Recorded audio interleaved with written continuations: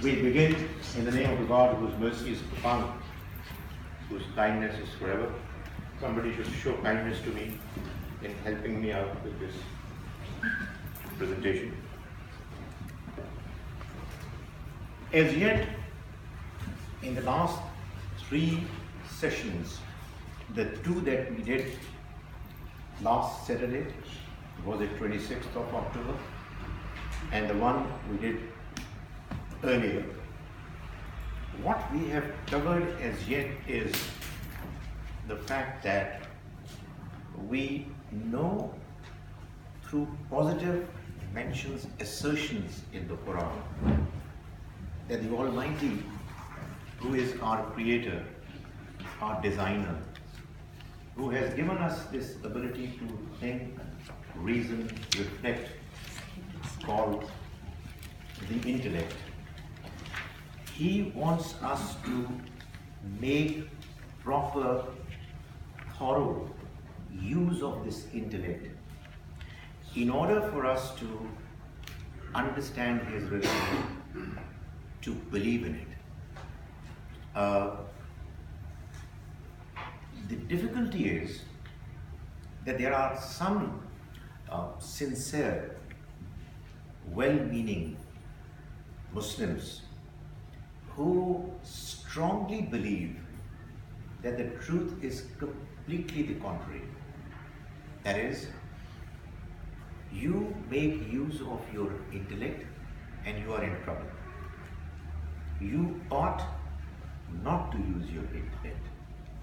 You should be sincere, you should be obedient, and that is what is going to take you to success, salvation, and the paradise. So what I did in the second session, the last time, was that I tried to put across the arguments, the famous, more important arguments, which this group of Muslims presents, and I tried to explain that those arguments are not saying what is normally thought that they are pleading. This morning, we went ahead and discussed the 3 important elements of faith: belief in God, belief in the life hereafter, and belief in the fact that Prophet Muhammad, may God's mercy be on him, is the messenger of God. And we saw that the Quran is inviting the reader to believe in them on the basis of arguments which were intellectual in nature. So what I'm trying to do all along is, everybody has a right to disagree, but what I'm trying to do is to present a case of understanding of our religion which is consistently asking us to use our intellect in order for us to understand our religion and in order for us to follow it properly. I think when I make that claim, probably the biggest challenge comes when it comes to the question of interpreting our religion, the religious text, the Quran, the Sunnah, and the Hadith. So this particular segment of our workshop, which is the last of the 4 in series, is now going to focus on the question of interpreting. I have a feeling that it's not November 9th today. Maybe I'm wrong. But if it's a mistake, it's not mine. 4th session, intellect and interpretation. Now, before we start a discussion on intellect and interpretation, up until now, I have been pleading very strongly for the case of intellect. Now, allow me the luxury of saying a few things against it as well, so that I look a little balanced. So what I'm saying is that despite the fact that intellect is brilliant, it's the very aspect of our personality which is addressed in God Almighty's message. It is intellect which is responsible for us to understand God's message and to believe in it. However, despite its brilliance, it has its limitations. Like all other aspects of our personality, we can see, and our ability to see is brilliant, but obviously it has its limits. We don't normally encourage kids and ourselves as well to stare at the shining sun for hours, lest we should lose our sight. So likewise, intellect too, despite its brilliance, has certain limitations. It cannot grasp everything. I remember when you talked about the question of predestination, I did mention this point. It can grasp many things, but it cannot grasp, absorb everything. Something which the modern man is not particularly inclined to accept. The modern man accepts that his life is limited, his ability to see and hear are limited, but his intellect is unlimited. Well, that's not true. That is an exaggeration. So there are many things that we can understand, but not everything. This is again something which we probably would do well to employ our intellect to understand. If intellect properly understood, is hopefully likely to lead us to this understanding that despite its tremendous potential, it has its limitations. It can get degenerated. You misuse your intellect by not following the correct line of argument. Why? Because at times we are greedy. At times it's our base desires which lead our intellect to help us in going for the wrong conclusions. At times we are simply biased. At times we are scared. The intellect is timid, and so on. So intellect is a brilliant companion of humans. Intellect, however, has its limitations. And intellect can actually go wrong. So there are desires, there are circumstances, and there are biases. Therefore, the Almighty arranged for another source of knowledge. Remember, we have intuition, we have sense perception, we have intellect. But the Almighty has arranged for another fourth source of knowledge in order for the other three, more particularly intellect, to get guided.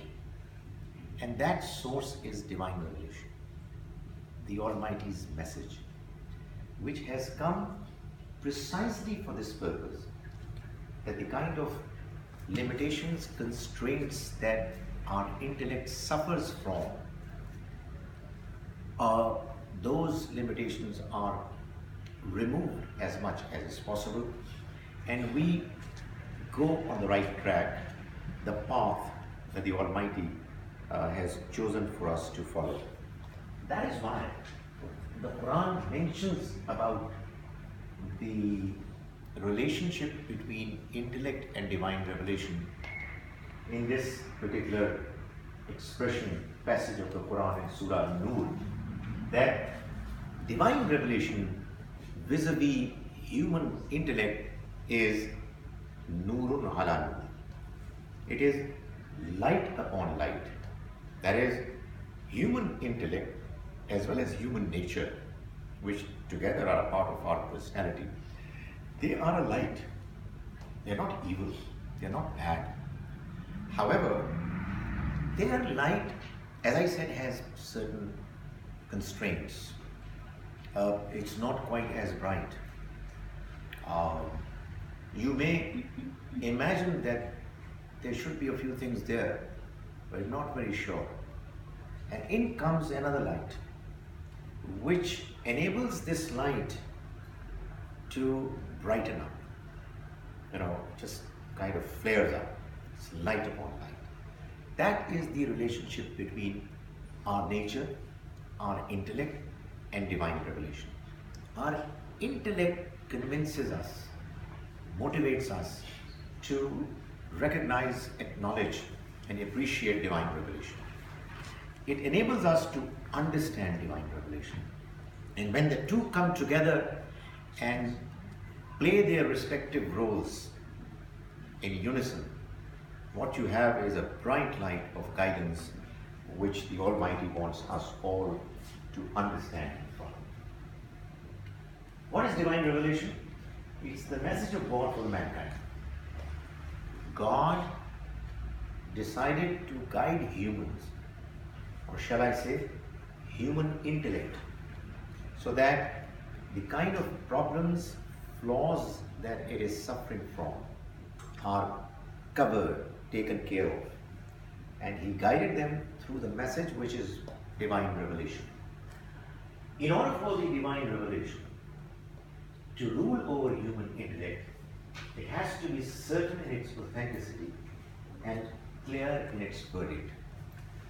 I mean, you know that it's a problem.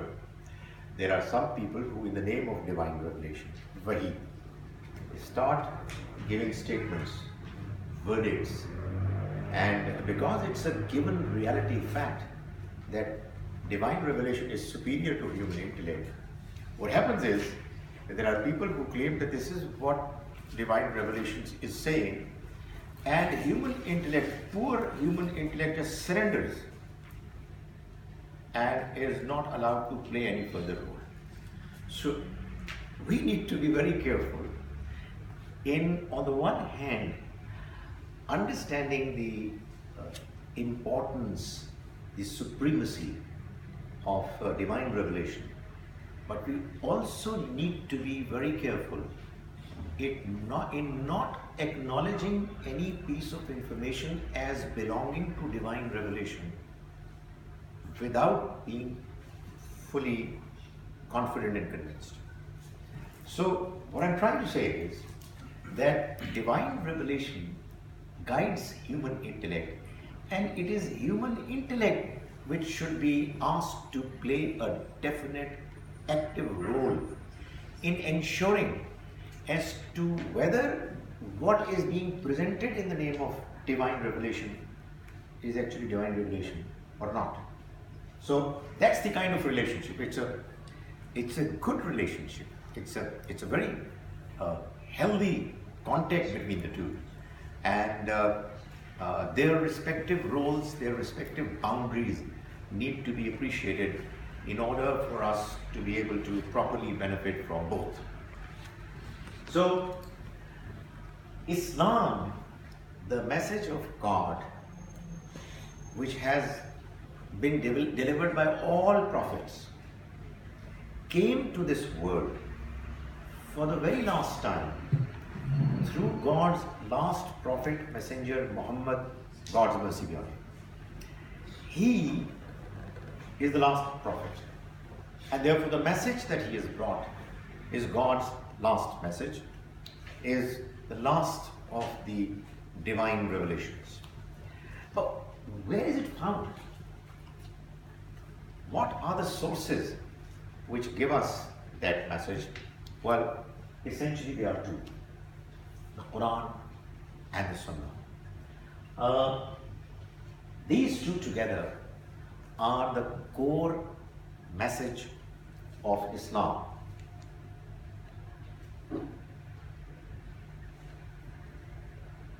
A few words about the Quran.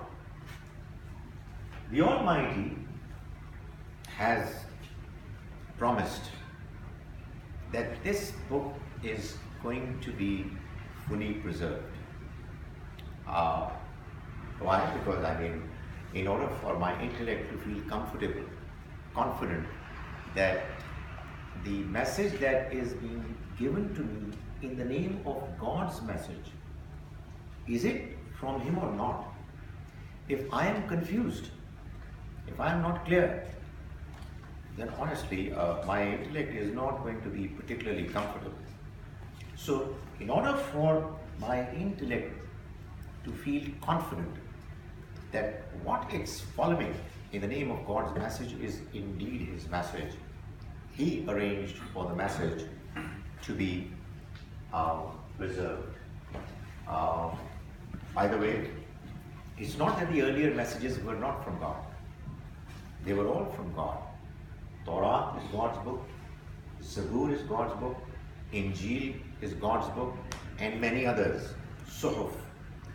But because in God's scheme, His design, there were prophets after prophets coming.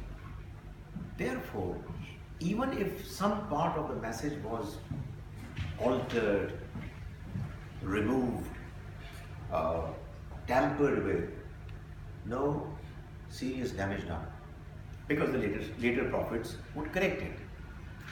Why did God allow it to happen? Well, because this life is a trial. I mean, God just wants to impose His decisions only in areas where it's inevitable, where it's not possible to do anything else. So, it's something which He makes sure that the list is minimized. In the case of the Quran, because there was no further possibility of anybody coming, therefore He arranged it to be fully preserved. It's the criteria, Al-Furqan. That is, this book has come, and the book says that it has come to dominate. Had the book not said it, it would still have been implied. But the Almighty knew that there would be other sources which are going to threaten to dominate. So He declared it most clearly that my book has not just come for you to read and earn sawab, it has come to dominate. It is the ultimate source that is going to distinguish between what is right and what is wrong. And therefore, the next verse, verse 13 of Surah Al-Baqarah says that books of God come لِيَحْكُمَ بَيْنَ النَّاسِ, so that they decide between humans فِي مَخْتَلَفُ فِي, in matters where they disagree. If I and you have a disagreement about a religious matter, the Quran says it is the book that is going to decide. The book is fully preserved. It is there and it decides between you and me as to which of the 2 points of view is correct, or maybe both are incorrect.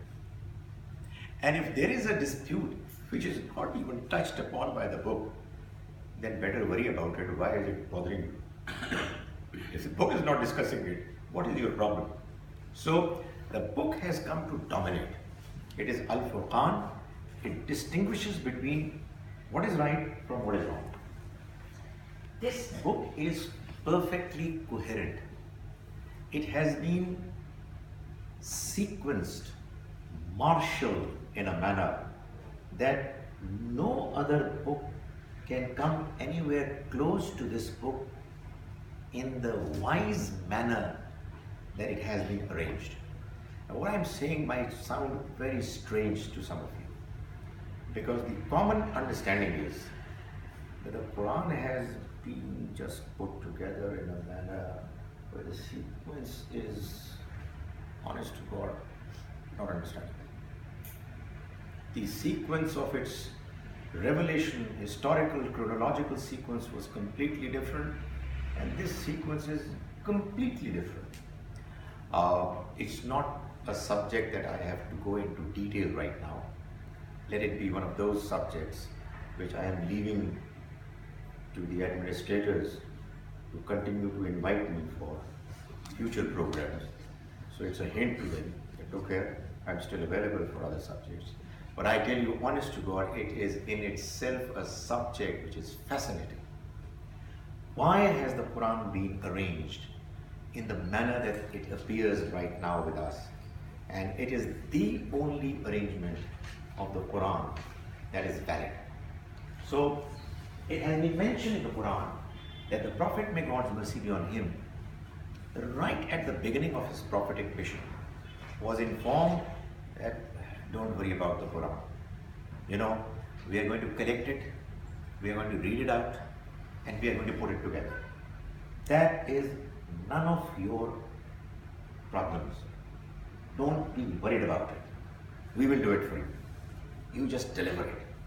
So, it's obviously there are details that this book was arranged in a manner which, as I said, was completely different from its chronological order, but it was arranged by the Almighty and given to this Ummah, nation of Muslims, in a manner that now this is the only valid arrangement.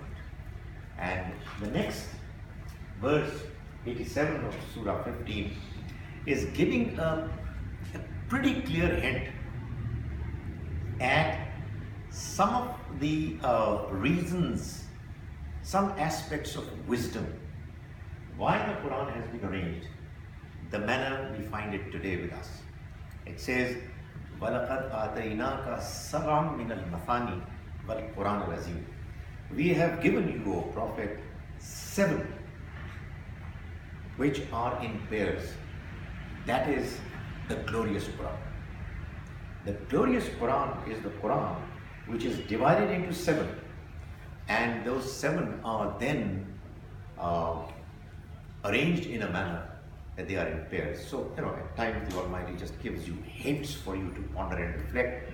And as I said, this is not the subject that I am going to talk about in detail at the moment. One of the things that needs to be appreciated about this book, and this is what the book itself very clearly informs us, provided we use what we must always use while we are reading the Quran, which is our intellect. When you read it properly, with an open mind, and not allow any outside influence to affect you, you will find that the Quran is divided into, its verses are divided into 2 categories. There are era-specific verses and there are universally applicable verses. For example, just give one example. Obviously, again, as I said, another hint, it's a very important subject which I leave for the future purposes. One passage in Surah At-Tawbah says, verse 5, فَإِذَنْ سَلَخَ الْأَشْهُرُ الْحُرُمُ. When the sacred months lapse, فَاقْتُلُوا الْمُشْرِكِينَ حَيْثُ ثَقِفْتُمُوهُمْ. Kill the polytheists wherever you find them. If you consider all verses of the Quran to universally apply for all times to come, I can tell you, down there is Oxford Street. Brothers and sisters, let's follow the Quran. But obviously, you would say that, for God's sake, don't say this, because the camera is capturing what you say, and the officials would know. But the fact of the matter is that a few verses later, the Quran is telling us that God Almighty is mentioning, declaring that يُعَذِّبْهُمُ اللَّهُ بِأَيْدِيكُمْ. God is going to punish them through your hands. So what it is clarifying is that God's punishment got inflicted upon a certain nation through the hands of the companions. It was a punishment of God, and it got translated into in the form of people getting killed. So the Quran itself, if you read it with an open mind carefully, you would find is informing us some part of its text is most certainly era-specific. When you know it beforehand, you would always carefully read the Quran to find out whether what you are reading is meant for the era when it was revealed or is meant for all times to come. I know again it's a long debate, but just briefly, the era-specific verses are not irrelevant. They are not, God forbid, purposeless. They serve a purpose. they tell us the history in the manner this Quran reached us. They tell us how the Prophet's mission got accomplished. If I get the opportunity, I'll tell you, they emphasize the fact that God is there and He is one and the only. They emphasize the fact that there is going to be a life hereafter. They are there to convince us that the messenger of God is indeed from God. So they are not irrelevant. They are thoroughly relevant to our faith. But it's another matter that the nature of those verses, their circumstances are informing us quite clearly that they were in a certain context, they were revealed in a certain context, which context itself has been clarified by the Quran. And finally, the Quran also clarifies that some verses of the book are allegorical and most are literal. Allegorical verses are the verses which are describing the world that none of us has seen, and therefore there are no words in our vocabulary to describe them. You see, you communicate with others and talk about many things, many articles, objects, realities, because human language has come up with words for them. You see, we live in our homes, we call them homes, houses, we have television, we've got telephone, we've got internet, we've got whatever we have in this world. Human language responds to the challenge by coming up with words in their vocabulary.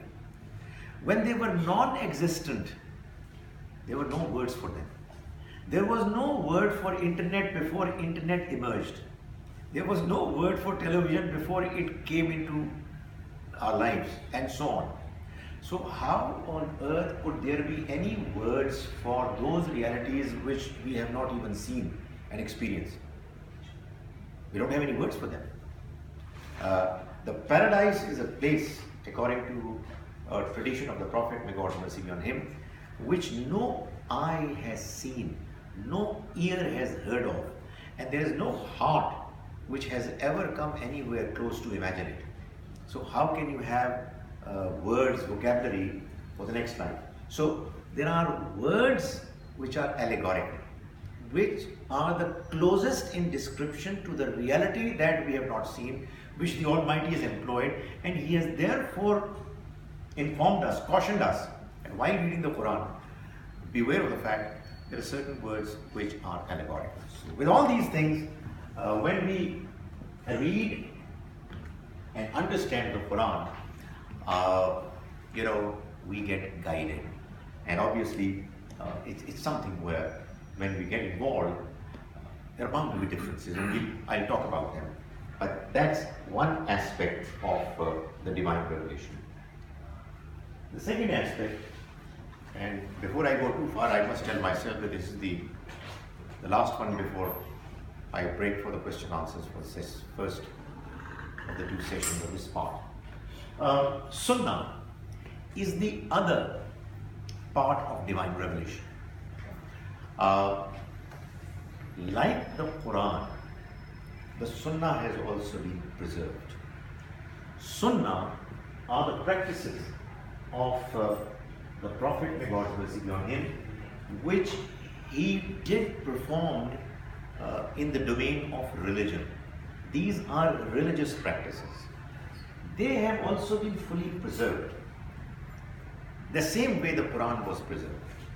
You see, there are two criteria which were properly, fully employed in order for the Quran to be preserved.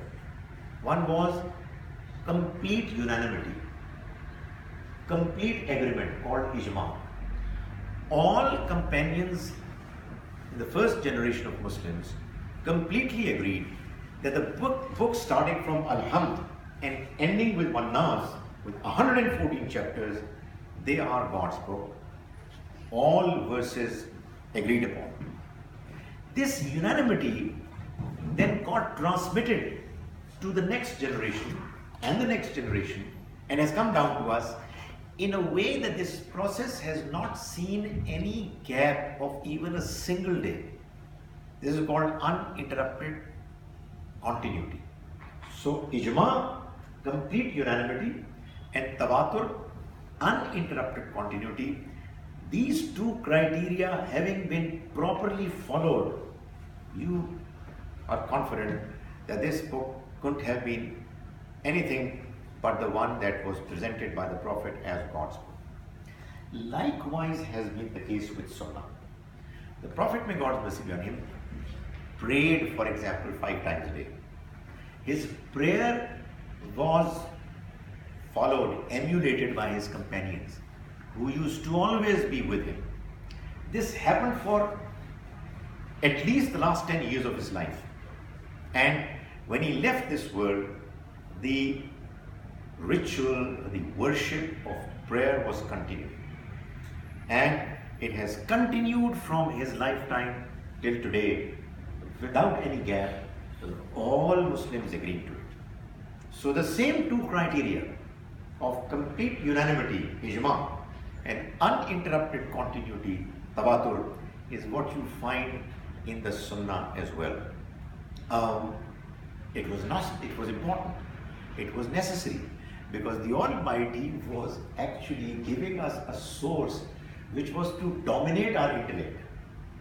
Intellect is brilliant. I've already praised it in the words of the Almighty himself.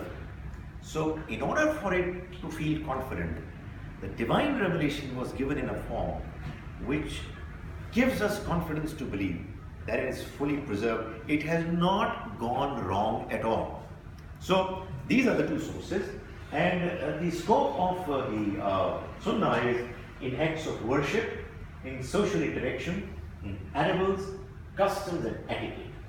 And the last thing before I invite questions is that the Quran and the Sunnah, they are together bound in a relationship which is very natural. The Quran was getting revealed and the Sunnah was getting practiced. And by the way, Sunnah practices were not initiated by the Prophet, may God's mercy be on him. He continued the tradition of the earlier prophets. And the Quran mentions it in one of the verses wherein the Prophet is asked to follow the religion of Ibrahim. وَاتَّبِعْ مِلَّةَ إِبْرَاهِيمَ حَنِيفًا. And you follow the religion, the tradition of Ibrahim, who was absolutely single-minded, devoted. So whatever religious practices were being practiced, done by Ibrahim a.s. were emulated and followed by the Prophet, may God mercy be on him, with some minor changes which were quite natural. Like the prayers now we pray, we have the Quran in it. Obviously the Quran was not there at the time of Ibrahim a.s. So that is quite natural. What I'm saying is that the Quran was getting revealed gradually and the Sunnah was getting practiced. And the two together were the core religion, Islam, fully preserved from that time till today. And what is the relationship? What you find quite interestingly is that the Quran mentions the Sunnah in a way that it doesn't describe it because it's already being practiced, but it points towards Sunnah sometimes as if it's happening in a way that you get a feeling that it's given. Nobody needs to prove anything. It's there. So one example is when in verse 58 of Surah Nur, the Almighty is mentioning that, even in your homes, with your kids and people who are serving you, you need to have a few occasions when you can enjoy your privacy. So the Almighty mentions those times of privacy, and two of them mentions three. Two of them it mentions in the way that it says min qabli salatil fajr wa min ba'di salatil isha. One of the times, durations wherein nobody should enter your rooms without permission is the time before the Fajr prayer. The question is, what do you mean by Fajr prayer? But the Quran doesn't mention anything. It just alludes to Fajr prayer naturally as if it's happening. We don't have to tell you, but make sure that before Fajr prayer, don't disturb others. Likewise, min ba'di salatil isha, and after the Isha prayer. What is Isha prayer? The Quran doesn't mention. So the very mention of the Quran in a manner that it is alluding to certain practices which the Almighty is assuming that the Muslims already know. It really points to the fact that the Quran is acknowledging that the Sunnah is a practice which is going on, and I don't have to tell you. I don't have to tell them that what exactly is that practice. Likewise, this verse 199 of Surah Al-Baqarah says, ثُمَّ أَفِيزُوا مِنْ حَيْثُ أَفَاضَ النَّاسِ. It is talking about Hajj and telling believers that you move from the place from where people normally move.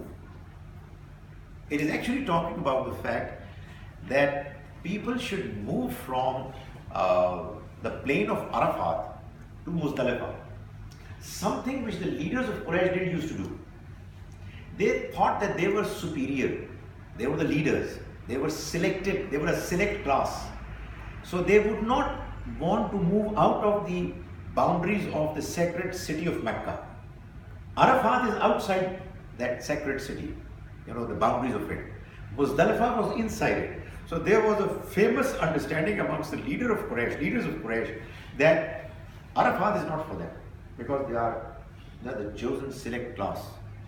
The Almighty says, move from where the other people are moving, without mentioning what is Arafat, where is it, what dates are we talking about, what exactly is the expectation, because that was something already known. Everybody knew it. It was just one hint that was good enough for the Quran. What I'm trying to say is that, like the Quran, there is another aspect of divine revelation, which is the Sunnah. And the two together are given to us in a manner that they are fully preserved. We can feel absolutely confident that what we are reading or what we are practicing is from the Almighty through His Messenger, meant for the entire Ummah. However, there are other sources as well, hadith and others, and there are many other questions regarding what to do with religious understanding and religious differences, which is what I will talk about in the second part of this presentation, after hopefully you will spare me after your questions and answers. This actually proves that the majority of the Muslims who thinks that the Sunnah has been derived from the Hadith, it was the case that the God should have taken measures to preserve the Hadith as well. Because if it was the actual religion and it was taught to us in a written form, then the God, the way He had actually preserved the Quran, should have taken actions to preserve the Hadith as well. So this proves ultimately to be a wrong understanding of the majority of the Muslims. The Sunnah has been derived from Hadith. Yes, I think it's quite clear. When we talk about Hadith, the next topic is Hadith, and probably you might say that it's one of the most difficult topics when you talk about the Islamic sources. It's quite understandable that the process followed in collecting Hadith is quite different from the process that was followed in preserving the Quran and Sunnah. These two sources are divine sources that have been fully preserved, and therefore the Muslims can feel confident by following it. Hadith is a very important source, but again we need to employ our understanding and intellect to know what it is, to know what its limitations are, and to know how it fits into the scheme of the Almighty's guidance that He has provided us in Islam. Just quickly, and can you just mention one or two examples under each of those headings, like social interaction, edibles, customs, Right. etiquette? What are we saying? When we say acts of worship, we know prayers. Sure, I right? understand that. Yeah. When you say social interaction, we are talking about nikah, the manner it is conducted, and it's a practice which is coming to us right from the beginning. Edibles, although they are mentioned in the Quran as well, yet it seems that they were getting practice in the Quran confirmed them. There are certain things that you are not allowed to eat, the flesh of dead animal, blood, animals slaughtered in the name of anyone other than Allah, and so pork. So, and finally, customs and etiquette. Assalamu alaikum wa alaikum assalam. Alhamdulillah, yarhamukullah, and so on. There are many things that we do. Yeah, just following up on that. I mean, how are you distinguishing between social interaction and customs and etiquette?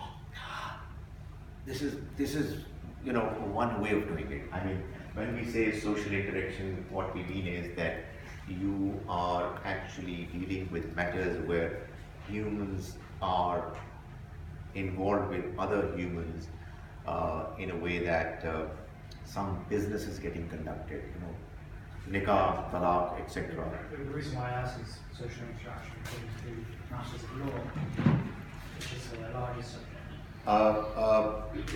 Some aspects of social interaction are the ones that have become a part of our culture because they have come down to us through sunnah, the sunnah process.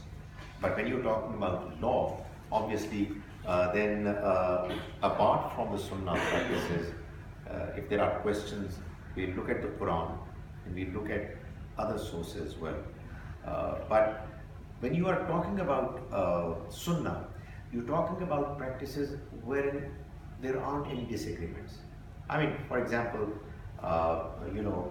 when somebody dies amongst Muslims, the body is washed, body is covered with these pieces of cloth. This is funeral prayers is conducted, and the body is buried. So, it's something which is not even mentioned anywhere in the Quran, and yet it is very much a part of the Muslim practice tradition, because it was given to them through this other source, and everybody agrees to it. On just as a follow-up to that question, maybe struggling to understand how that sunnah that you refer to, that was communicated down the same way as hadith, right? So why is one so authentic and the other not so much?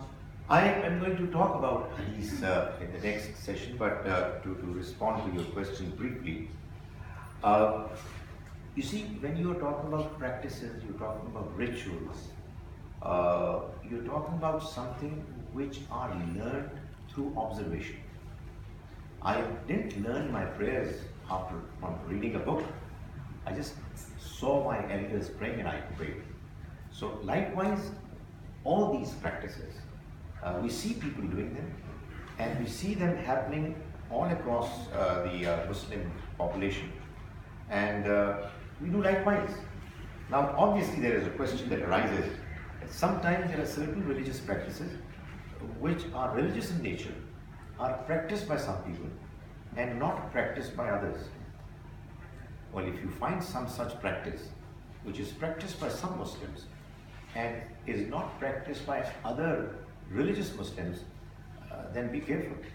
It might actually be a religious innovation, because anything that has got to do with religion, if it is practiced in the name of religion and was given to the Muslims by their Prophet, it has to be universally practiced. And it really is very strange that all Sunnah practices are universally practiced by all Muslims of the world.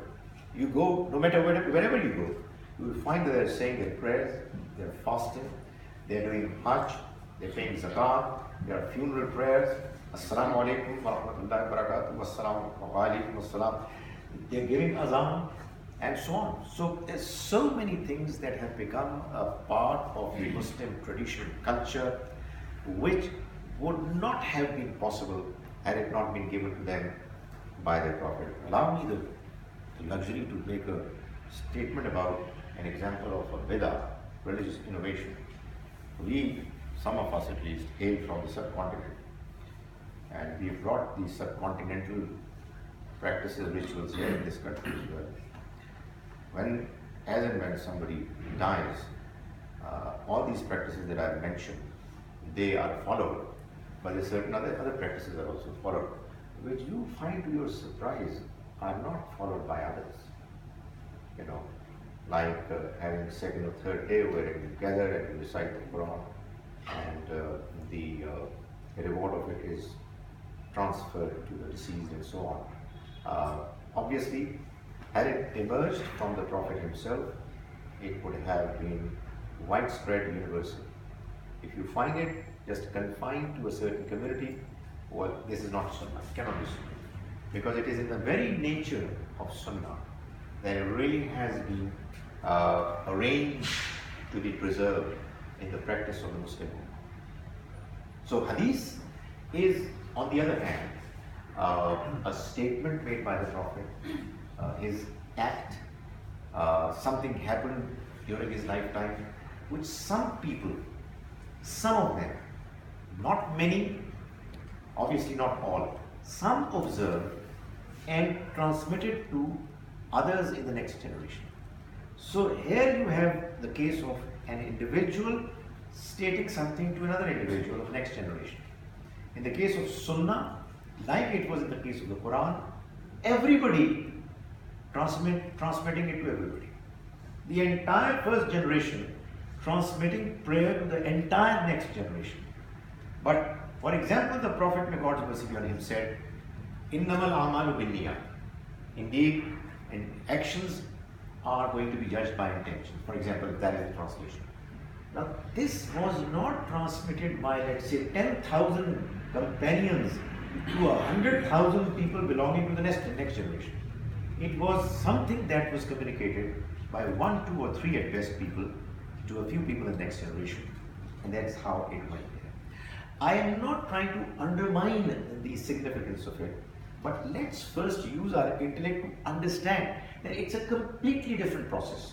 Now, the reason why many Muslims get confused is that the books of Hadith, and I've not even talked about it as yet, look at the popularity of this topic. It has not even reached, and we are talking about it. It's so large in its volume, the information about the Prophet, that it talks about the Quran, it talks about Sunnah, it talks about practices which the Prophet practiced, which were neither in the Quran nor in the Sunnah. They were his own, own tastes, own inclinations, and so on. So everything about him is there mentioned in the Hadith with varying degrees of reliability. And therefore there is a mention of the prayer as well.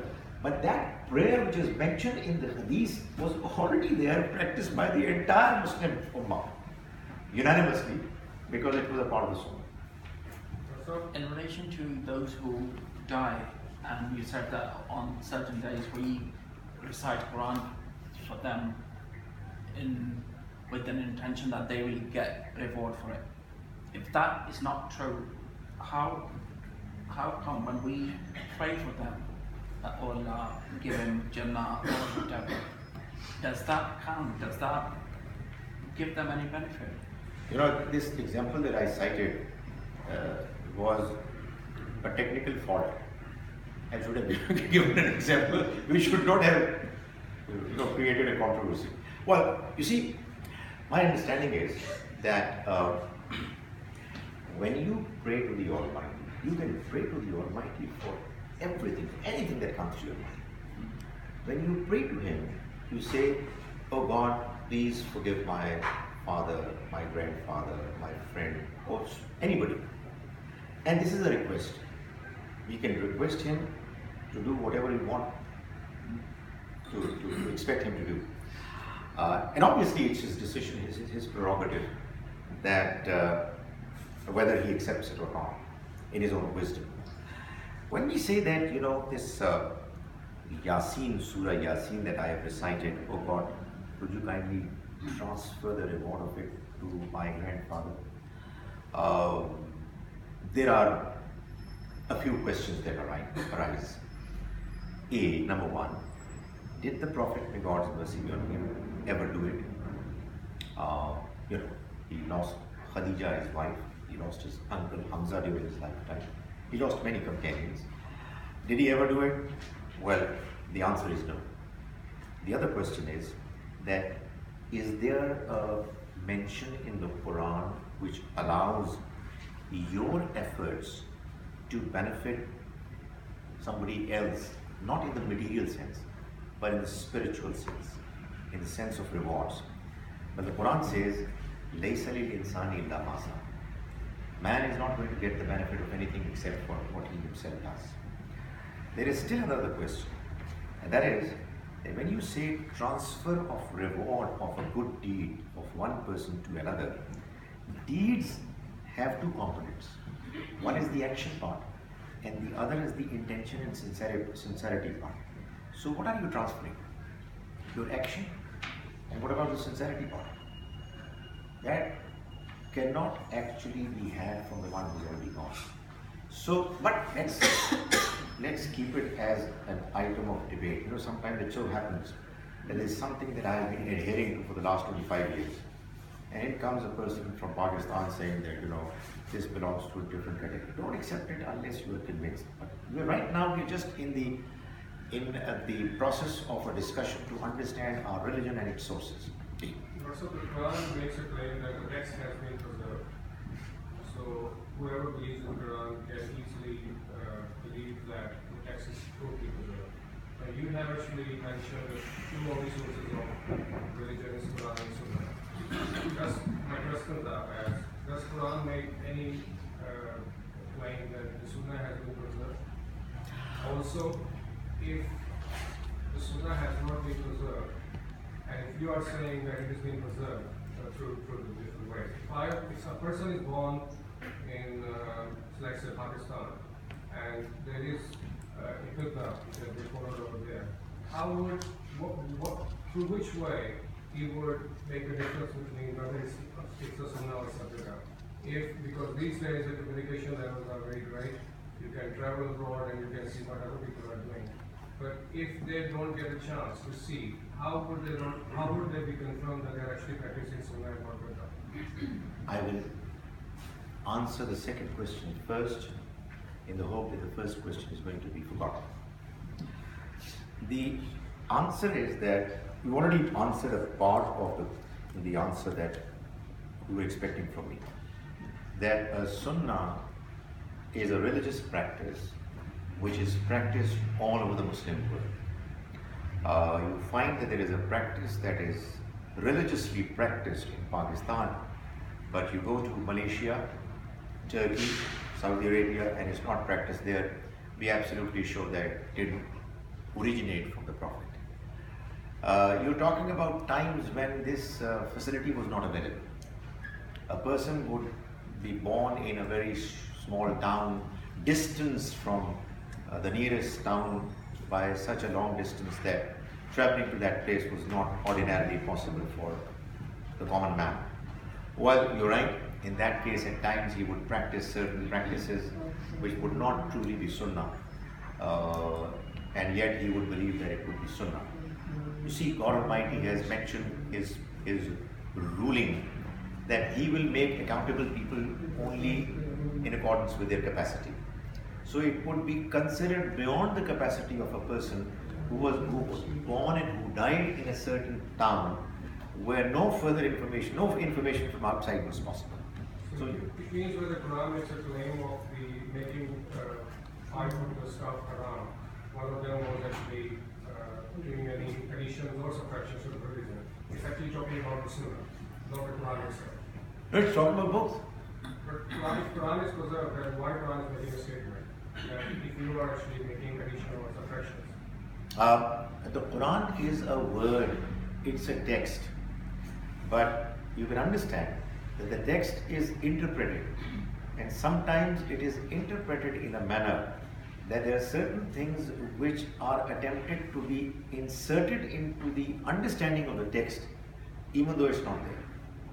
So, we can also have a problem in interpretation. Why did the Quran not state that the Sunnah is going to be fully preserved? As I said in my presentation, the Quran is making enough references to certain practices which were already there, practiced and were extant. Let me put it this way. The original source of all religious knowledge is not the Quran, it's the Prophet. It is the Prophet, may God's mercy be on him, who is the ultimate source of God's message. He declared that he was God's messenger. And he said that I am giving you a book, the Quran, which is God's book. And therefore we believed in the book.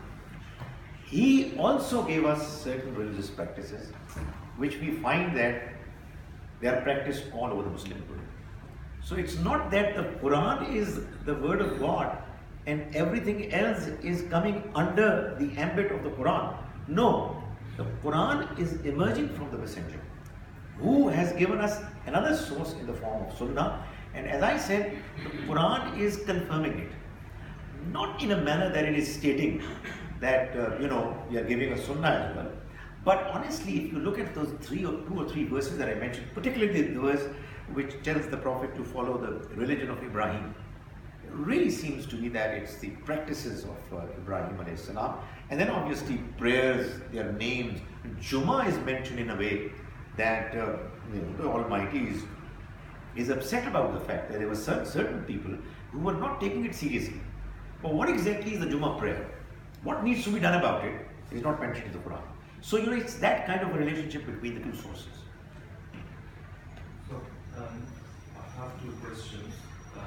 The first is that about the Sunnah, when you are saying that Sunnah is the Tawaddur and the Ijma. We know that the traditional understanding of in the other group of thoughts, if you exclude our Salafi brothers, what they say is that the Tawaddur is a Qat'i Dalil, the absolute Dalil. And they say that there is Tawaddur bil Amal and Tawaddur bil Qawl. So this poly Tawaddur and the only Tawaddur on that one.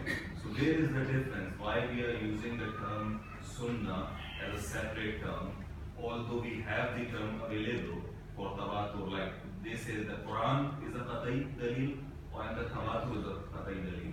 So why we are using the term Sunnah instead of Tawaddur? Because it has certain problems. For example, when you are talking about Sunnah and then you are referring to Hadith as well, to somehow be included in that category, we know for sure in the manner Hadith has been transmitted that the Ijma, the complete agreement of the entire Muslim Ummah is missing as far as Hadith is concerned in the first 3 generations at least. So we have it in the nature of certain practices which, like the Quran, were not only satisfying the condition of Tawatur, they are also satisfying the condition of Ijma. I see your point. I mean, Sunnah is a word, a term that has not been used in this Ummah to mean exactly what I am trying to say. There is a temptation that some other word be used for the same reality. Honest to God, that word would be even more imprecise and inadequate.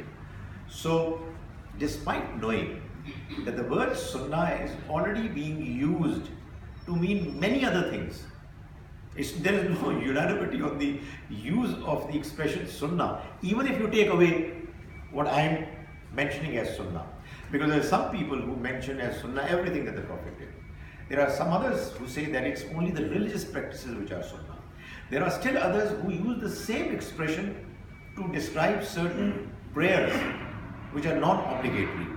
So I see the difficulty, but honestly, there is this problem that we have, that if this reality, that like the Quran, there are practices which were unanimously agreed to right from day one and are transmitted from then till today without any interruption, call them by whatever name, but they are as binding and as reliable as the Quran is. Can I ask? Yes, please, please. The topic was intellect and interpretation, and when we talk about intellect, Quran says "Afala taqilun," for example, that why don't you use your intellect? But at the same time, on numerous places, it says that why don't you think from your heart? Have your heart become blind? Yeah. So the easy scapegoat for us, I'll call it scapegoat. Sorry for that. That is, we say that it's a metaphorical sense, and the qalb actually means, or the heart actually means, is the intellect itself on that one. But then the same Quran is using the word aql, taqilun. So aql means intellect, and then it's using the word qalb, and then it's using the word fawad, afada. So like when the translator translated, it translates qalb as heart, it translates fawad as heart, it sometimes translates sudur or sadr, the chest, as heart. And also there are several verses which actually push me to believe that heart is a source of some type of intelligence. Like it says that the eyes don't get blind, but the hearts get blind, which is in your chest. So it actually locates the location, it's not your head, it's in your chest. So people like go other way around to justify it, but it never satisfied me for that one. So how we see that is the spiritual intelligence is different than the normal intellect we talk about, and how you see that? I actually made an attempt to address this question in the very first session, and I mentioned, because I knew that talking about intellect, there has to be this question that could arise. I mentioned my understanding, which obviously can always be questioned, that there are two faculties within us humans. One is the one that reasons. I said it observes, it categorizes, it analyzes, and it concludes. This is what is called intellectual reasoning. There is another aspect of our personality which feels, where we have emotions, we have attachments. This first process is pretty much unemotional. It's dull, it doesn't have any inspiration, motivation. My understanding is, and I mentioned the verse, Lahum qulubul la yaqiluna biha. They have hearts with which they do not reason. Now, what I concluded was then